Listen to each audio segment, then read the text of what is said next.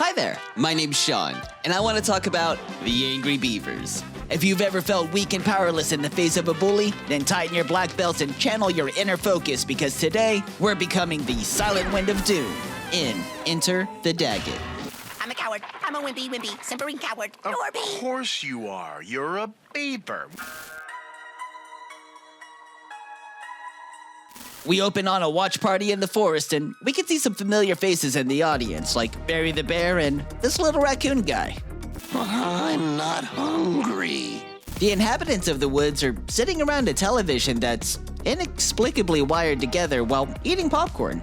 The movie itself is a kung fu film in the style of Fist of Fury or Enter the Dragon, the latter of which being referenced in the episode's title. We're at the big climatic fight scene at the end of the film, where our hero pulls out a flashy technique to turn the tide of the fight in the final moments. He recalls the wisdom of Sing Se to unleash the power of the headband thingy, where he intentionally blinds himself, heightens his other senses, and goes all daredevil on the bad guys. Presumably, anyway. The shot cuts away from the TV during the big fight scene, where we see Dag getting very into the moment.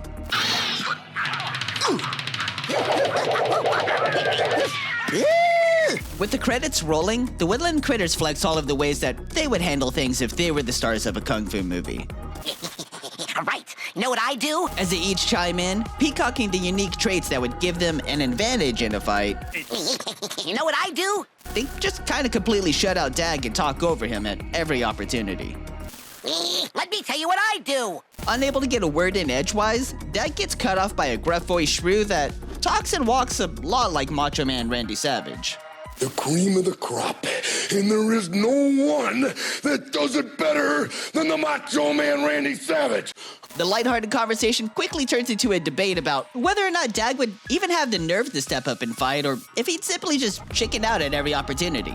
Norb, keeping that logic in check, reminds Dag that as beavers, their fight or flight instinct is, well, mostly just flight. Figuratively speaking, of course.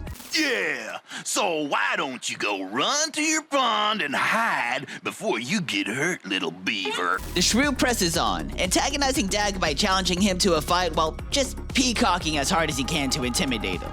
And turns out he was right. Dag, channeling his inner chicken, bolts away screaming to take shelter and hide. Why would we ever want to fight when we're all so good at running away?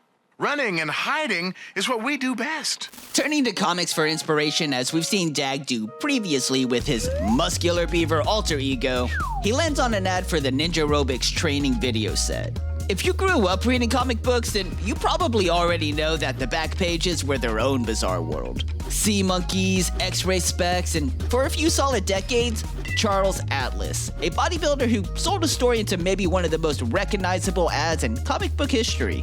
The infamous ad itself tells the story of a scrawny kid named Mac getting sand kicked in his face at the beach.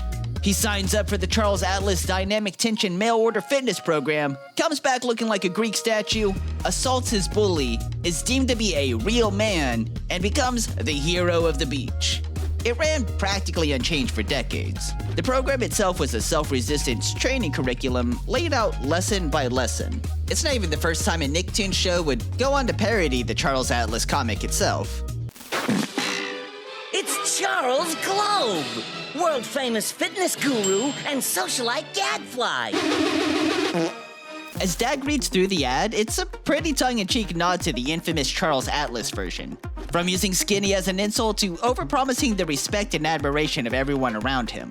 Seeing it as a solution to his shrew problem, Dag ships off his piggy bank through the pneumatic tube system we saw in Box Top Beavers and almost instantly receives the VHS set in return. Complete with the matching ninja garb, Dag pops in the tape and immediately starts fast-forwarding through every single stance, stretch, breathing exercise, and any other basic fundamental that make up every martial art. The martial arts require many years of patience and practice.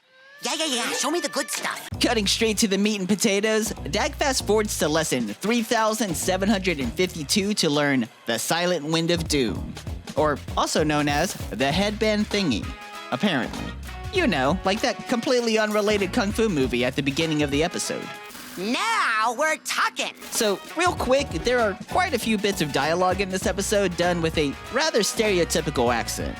I considered whether or not I should cut around it or make a mention of it for context, but I couldn't really decide. So instead, here's a supercut of random bits of Dag dialogue and random vocalizations from the episode.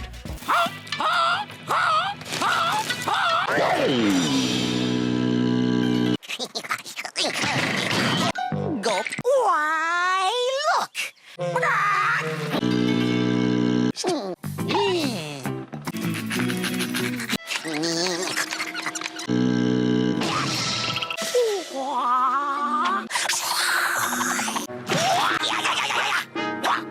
Behold my power! Like cobra, like the flu. Whoosh!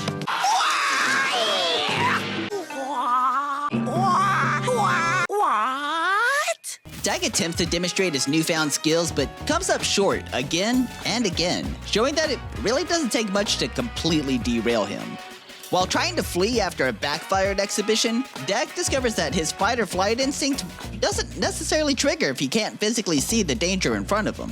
Which, sure, the challenge at the beginning of this was that Dag wouldn't run away.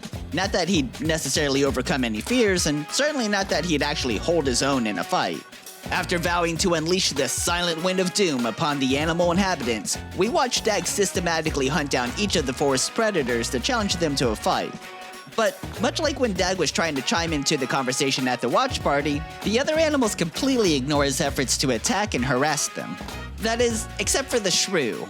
In a bit of irony, the insult that made a man out of Mac becomes the insult that made a victim out of Dag when he strikes a nerve with some creative observations. How could you miss anything with those ping-pong paddle satellite dish soup spoon ears? All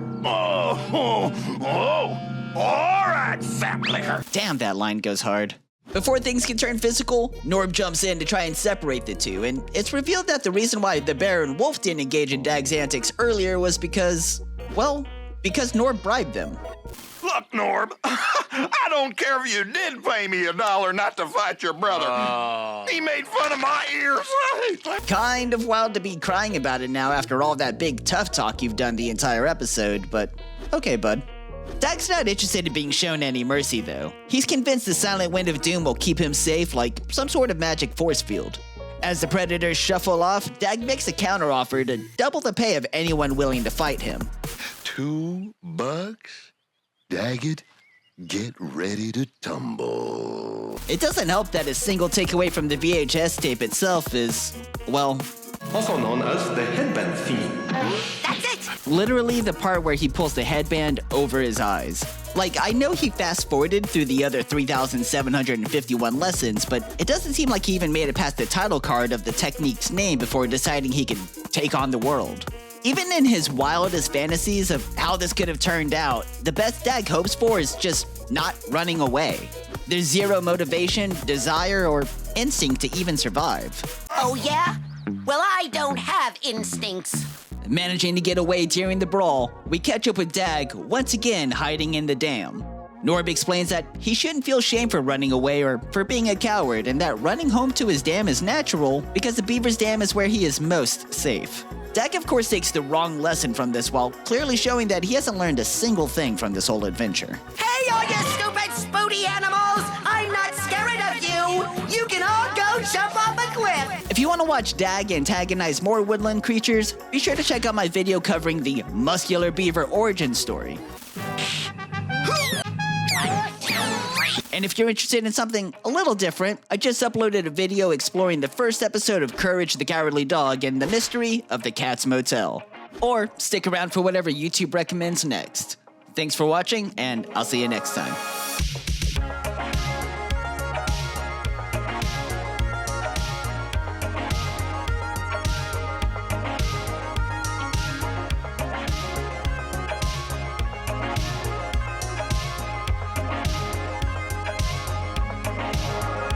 All right, fat liquor.